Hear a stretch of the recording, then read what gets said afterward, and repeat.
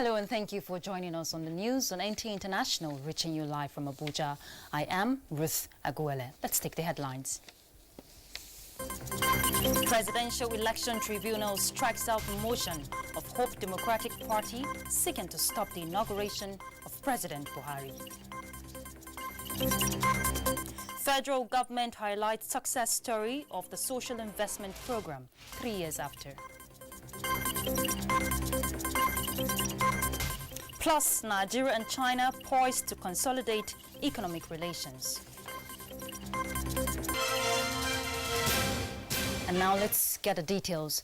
Within the 4-year tenure of the National Economic Council, was able to make 173 far-reaching resolutions geared towards achieving robust national economic issues capable of safeguarding the interests of the nation. At the valedictory session, the chairman of the council and the vice president, Yemi Oshibajo, expressed gratitude for the commitment of the members for their own common hard work and dedication towards steering the affairs of the country. We'll bring you details in our subsequent bulletin. And President Muhammadu Buhari says Nigeria's diversity will remain a source of strength for the development of the country. President Buhari stated this while receiving letters of credence from the ambassador of Israel to Nigeria, Shimon Ben Shoson.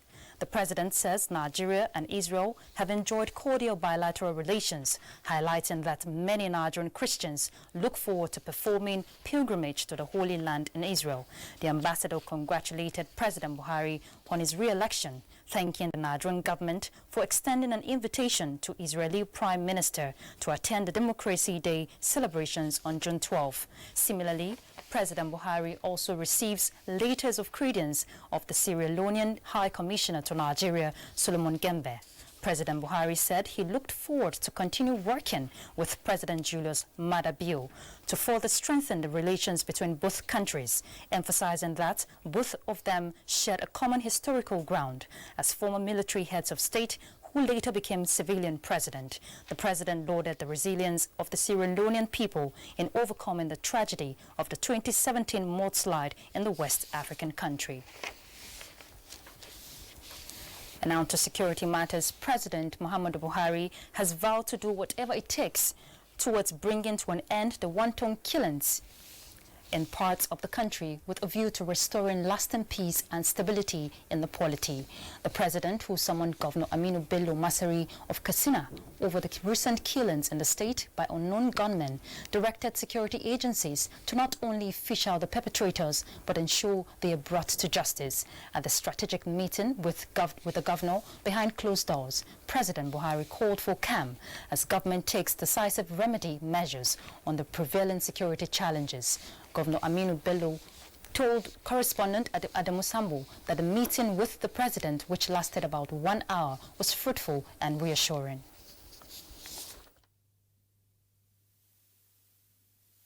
The security situation is really very bad, and certainly the rate is going to affect farming activities in those local government areas. And in fact, the level of attack is frightening because clearly we are seeing signs that are more than cattle rustling. These bandits are well organized, well prepared, and heavily armed. And they know where and how to strike. So this is what I believe the president, and the president has promised to take very urgent action to really curb this menace of this banditry. So what assurance can you give the people of Katsina State having met the president? Well, I think my assurance that they should understand also the feelings of Mr. President. He is with them. He feels the pains of not only losing lives of people, but destabilizing the entire social structure of the people. He is with them. He sympathizes with them. And definitely he's going to act. I'm happy that he has responded very well to what I have told him. And the little effort we are doing at state level, and they promise that by next week we will start to see some actions. And now the Nigerian Police Council has formally confirmed the appointment of Mohammed Abubakar Adamu as Substantive Inspector General of Police. Governor Kayode Fayemi of Ekiti State announced this while briefing newsmen after the meeting of the council presided over by President Muhammadu Buhari. State House correspondent Adamu Sambo reports. The council has approved the recommendation of Mohammed Adamu as the Inspector General of Police. So congratulations.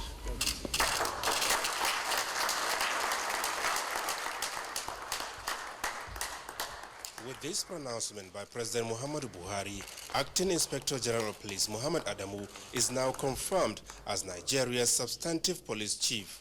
To arrive at this decision, however, the Nigeria Police Council, comprising the President as chairman, with governors and chairman of the Police Service Commission as members, had critically analyzed the records of the appointee and also assessed his performance so far since his appointment in acting capacity on the 15th of January this year. Mohammed Adamu was also invited to brief the council on the prevailing security challenges and the strategies being put in place towards addressing the situation. Briefing newsmen after the meeting, which continued behind closed doors for about 1 hour, Governor Kayode Fayemi of Ekiti State said members were convinced beyond reasonable doubt that President Muhammadu Buhari has made the right choice. All across the country, we're dealing with banditry, robbery, kidnapping, and a host of challenges. But with the analysis and the quick response that he has given so far, we know that as an individual and as a leader of the force, he is more than well qualified, and all members of council attested to this. And the president, consistent with his approach to governance, choosing the very best for the job, he has made a choice of you. I want to commend you for all the qualities that have made it possible for you to be confirmed as an Inspector General of Police, and the whole country looks forward to seeing you perform. I believe that your international exposure is very critical at this juncture, and I'm happy that we have your like as the Inspector General of Police. We look forward to a changed Nigeria. We look forward to a Nigerian police that have the respect of the international community, and I know you will command so. What it means for us is that we've been given a tough task to make sure that we provide security within the country and make the country crime-free, which means we have to redouble our efforts. Whatever strategy we put in place, we have to look at it and re-strategize day in, day out to make sure that the insecurity in the country is brought down to the barest minimum. Beyond the personal excellence and commitment of the new IGP, the council members resolved to give the necessary support, cooperation and understanding towards ensuring that Nigeria not only becomes tough on crime, but also tough on the causes of crime. From the State House, Adamu Sambo, NTA News. And on judiciary, the Presidential Election Petition Tribunal has struck out the application of the Hope Democratic Party seeking to stop the inauguration of President Muhammadu Buhari, pending the determination of its petition. Femi Okewo has the report. Delivering the ruling on the application, the Presidential Election Petition Tribunal said it was striking out the motion for lack of merit. It said the inauguration was a constitutional requirement which could not be hampered on the altar of litigation. The Hope Democratic Party, one of the two parties contesting the re-election of President Muhammadu Buhari, had made an application to the Presidential Election Petition Tribunal to stop the inauguration of the president, pending the determination of its petition before it. In Abuja, Femi Okewo, NTA News. And away from judiciary, Ekiti State Governor Kayode Fayemi has been elected as the chairman Nigerian Governors Forum. Governor Fayemi, who was unanimously elected, is to lead the forum till 2021. In the meantime, President Muhammadu Buhari has congratulated Governor Kayode Fayemi of Ekiti State on his emergence as the chairman of the Nigerian Governors Forum. A statement by the special advisor to the president on media and publicity, Femi Adesina, says President Buhari expresses delight that Dr. Fayemi's choice was by consensus, indicating the degree of confidence reposed in him by his colleagues. He urges the new chairman to see his election as a unique opportunity to forge a harmonious relationship, not only with federal government, but also with other arms and tiers of government. And I'm back to the judiciary. The prosecution team in the ongoing trial of the former secretary to the government of the Federation, Babachir David Lawal, has opened its case by calling its first witness, his Amza Adamu, the head of Finance Presidential Committee on North-East Initiative.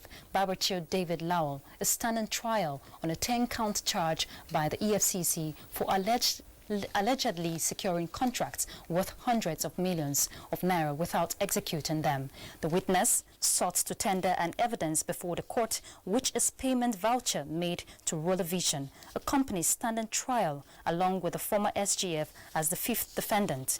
Counsel to the company objected to the tendering of the document on the grounds that the said document did not meet the provisions of Section 104 of the Evidence Act, since the document is not certified.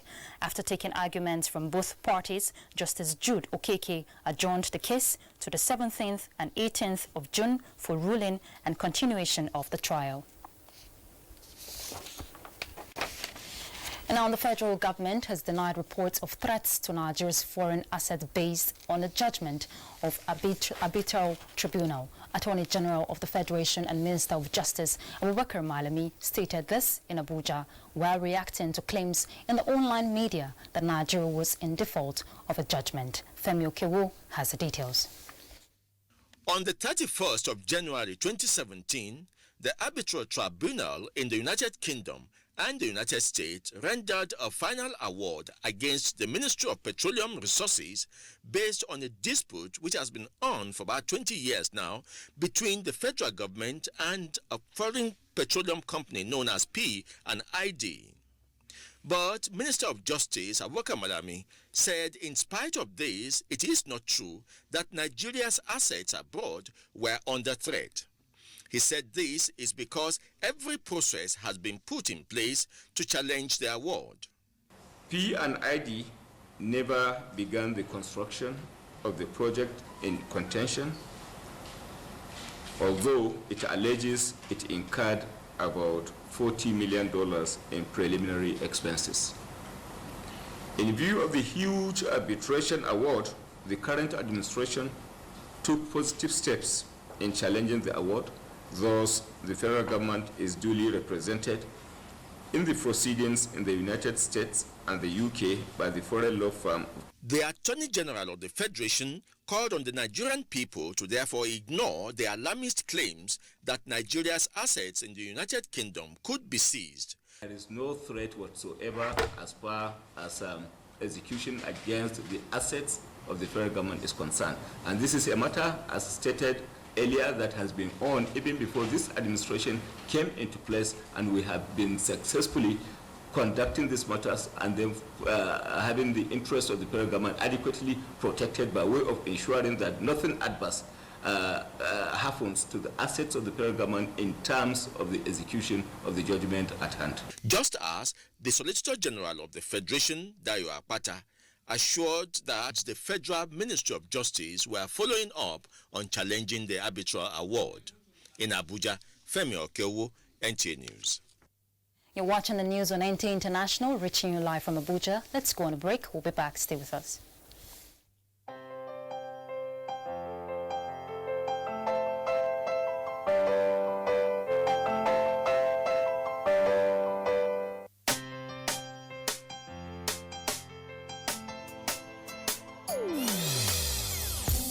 Hear the call of change, stand up, Nigeria. Change is here and it's going to stay. Change begins with you. Oh yeah, make we go. So let the change begin from within. Look at you, Ogerola. Change begins with you and me. Change begins with me.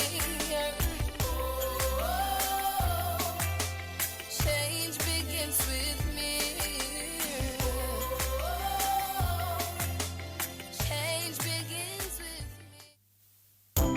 This message is brought to you by the Federal Ministry of Information and Culture. Thank you for staying tuned. The attention of the 7 APC chairmen in Kwara South Senatorial Zone has been drawn to press release issued on the 22nd of May by some elders parading and claiming to be speaking for Kwara South APC elders, asking President Muhammadu Buhari not to reappoint Alhaji Lai Mohammed for a second term as minister. Activities of this group, they said, should be disregarded in its entirety and whatever it stands for. This was contained in a statement signed by 7 local government party chairmen, saying that the signatories of the said release, Chief J.B. Ayani and one Jide Osman, are not speaking for Kwara South, let alone their local government areas. The local government APC chairman said, at the moment, the party hierarchy in the 7 local government areas of the senatorial district has not constituted any elders forum or committee to speak for it, adding that the illegal body, as represented by Ayani and Usman, which is castigating the minister, Alhaji Lai Mohammed, as regards the last general elections, forgot to intimate the general public with the extraordinary effort they put into the party's victory in their domain that makes them to be more important than the honorable minister. They stated unequivocally that Alhaji Lai Mohammed as minister provided all the necessary apparatus required of a leader in making the APC to record a reasonable in the last general elections. The chairman pointed out that the antecedent of all individuals involved in this act is the only way they know they can get patronage, especially during the period of appointments. And now the robust rewards and recognition system proposal for public and civil servants by the federal government has been ratified and validated. This was at the Stakeholders Engagement Forum of the scheme. Adebola Brookslyn Sunday has the details. These documents represent the decisions taken at the stakeholders. The ratification and validation followed actions taken on the proposal of the scheme at their previous meetings. The A's have it. Permanent Secretary Service Welfare, Office of the Head of the Civil Service of the Federation, Didi Wilson Jack, affirmed that the scheme is to further support the performance management system. A credible rewards and recognition program that will stand the test of time. We are the determinants of the ratings and credibility of our own system in a society where awards and recognitions have been watered down. When rewards and recognitions are institutionalized, the civil servants will put out their best. Other participants had the same line of thought that the scheme will enhance better service delivery to Nigerians. Motivation does play a very essential role in employee productivity, as motivated employees always go an extra mile to give the best results and will make sure their tasks are completed. And we will do everything possible to ensure that it's not only sustained, but it's also successful. It was an opportunity to present to the public second edition of the Service Welfare Newsletter. November every year has been scheduled for the award ceremony, subject to the approval of the Federal Executive Council. Adebola Brookslyn Sunday, NTA News.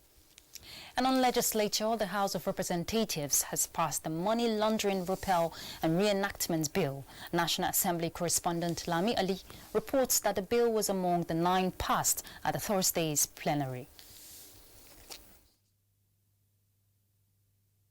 The Money Laundering Repeal and Reenactment Bill aims at enhancing and strengthening the anti-graft war by introducing measures that will further prevent and prohibit acts of money laundering in Nigeria.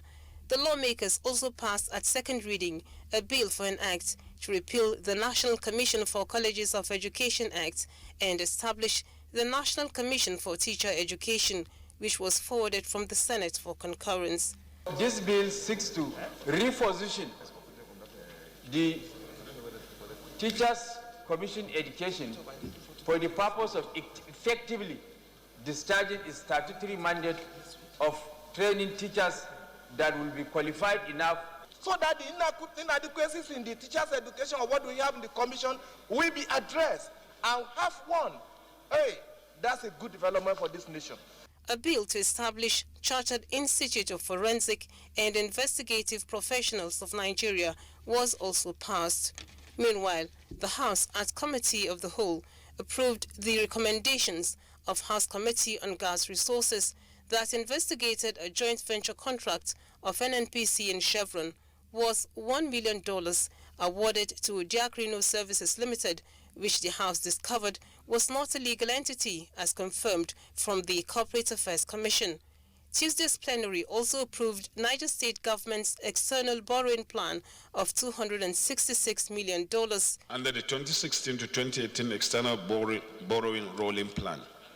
In another developments, the Speaker, Yakubu Dogara, organized iftar for lawmakers from across the 6 geopolitical zones of the country in the spirit of Ramadan. From the National Assembly, Lami Ali, NTA News. The social investment program of the federal government has so far covered 42 million direct and indirect beneficiaries across the country, just as the homegrown school feeding program, a component of the initiative, is taking care of 9.13 million pupils in 30 states. Special advisor to the President on Social Investment, Mariam Uwais, says conditional cash transfer has reached 0.5 million caregivers. Musa Baba Aliyu reports. It is a World Press Conference to highlight the success story of the social investment program of the federal government. All who matters in the program are here to give their stewardship on each of the 4 components of the social program. We must commend the leadership of this country. Mariam Uwais, special advisor to the President on social investment, leads with breakdown of the amount of money expended on the program. For the period of the 3 years of the program, 740 billion naira, she says, was released and expended on the various programs. The program currently has 12 million direct beneficiaries and 30 million of people benefiting indirectly. The breakdown shows that 422,992 people benefited from cash transfer in 22 states, while 9.3 million pupils enrolled into the homegrown school feeding program. 550,000 graduates and non-graduates are benefiting under the Empower. Currently, we have 7 technology hubs which have been established in 6 geopolitical zones, including Lagos State. There are plans to establish one more hub in the FCT. Mariam Uwais says the government is taking the program to the next level where it will be expanded. In Abuja, Musa Baba Aliyu, NTA News. And now Nigeria and China are consolidating their economic relations to benefit more citizens of the country, especially the younger generation. This was the focus of discussions at the symposium organized by the School of Social Sciences, University of Abuja, on Nigerian-China bilateral relations. Ado Adamu also was there and now reports. Bilateral relation between Nigeria and the People's Republic of China has expanded on growing bilateral trade and strategic cooperation. China is considered one of Nigeria's closest allies and partners. China is also one of Nigeria's important trading and export partners. These thriving relations was the center of discussion at the symposium, especially on how the younger generation can benefit from it. But what we'll do together in the future, Nigeria continue to serve as a pacesetter and a role model for China-Africa cooperation. About the Chinese-Nigerian relationship, taking into consideration that as we are sitting here today, China is showing itself as one of the first 2 superpowers of the world. For the students, the symposium was an opportunity to get first-hand information on how to benefit from the relationship. Just as the symposium is going on, a lot of students are getting to know that China and Nigeria have a lot of things to share together. So it will make the flow of interaction between the 2 countries to be flowing, to be increasing, to increase. Several matters were brought to the fore to help advance Nigeria-China relations. In Abuja, Ado Ademo, NTA News. And on sport matters, the Nigerian Television Authority is in top gear to broadcast the 2019 African Cup of Nations following a memorandum of understanding with Hotspots Nigeria Limited in Abuja. Oche Ngbede completes the report. The memorandum of understanding signed by the Nigerian Television Authority and Hotspot Nigeria Limited in Abuja Wednesday places Ospor as sole marketer for the 32nd African Cup of Nations to be beamed live to Nigerians through NTA on terrestrial basis. This is coming after the Nigerian Television Authority acquired the sole rights to transmit the 52 matches from the group stage to the finals. The primary consideration of NTA in acquiring the rights, to transmit the 32nd edition of the Africa Cup of Nations is the fact that Nigeria is involved and Nigerians deserve to watch their team in action and to watch other African teams in action. We want to partner with Africa's largest television network to make this tournament one that gives Nigerians a very, very memorable viewing experience, such that comparable to what they find in other networks both in and out of Nigeria. This year's African Cup of Nations in Egypt is billed for June 21st to July 19. Meanwhile, the partnership also covers the broadcast of the Women African Cup of Nations 2022, Under-23 African Cup of Nations 2019, Under-20 and Under-17 African Cup of Nations 2021, and CAF Super Cup 2020, among others. In Abuja, Oche Ngbede for NTA News. And then the Nigerian Television Authority is set to thrill you with all the highlights of the African Cup of Nations. And that concludes the news on NTA International. Thank you very much for being part of it. I am Ruth Aguela.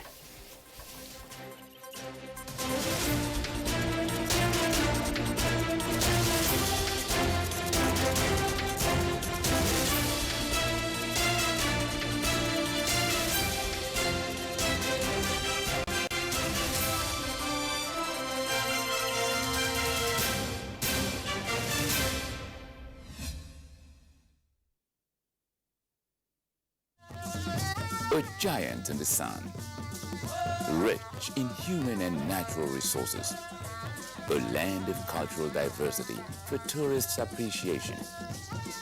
Nigeria occupies 923,766 square kilometers, accommodating over 250 indigenous languages. It is a wonderful environment for leisure and business. Nigeria, land of milk and honey, a paradise for tourists. Every year, tourists from the world over troop to Nigeria in their thousands to experience firsthand the marvels of the African continent. I love Nigeria. Nigeria is beautiful. I love Nigeria. With natural and man-made tourist attraction. Nigeria is a beautiful place. Nigeria is good. The tourism sector is a preferred industry to the sprawling savanna of the north and the thick mangrove forests of the south. Nigeria has very great potential for eco-tourism. With more than 350 different ethnic groups, each with very rich cultural heritage, this land offers the very best in cultural tourism. Wherever you look, there's a great sight to behold. Put simply, Nigeria is a heaven for tourists. The climate is and hospitable.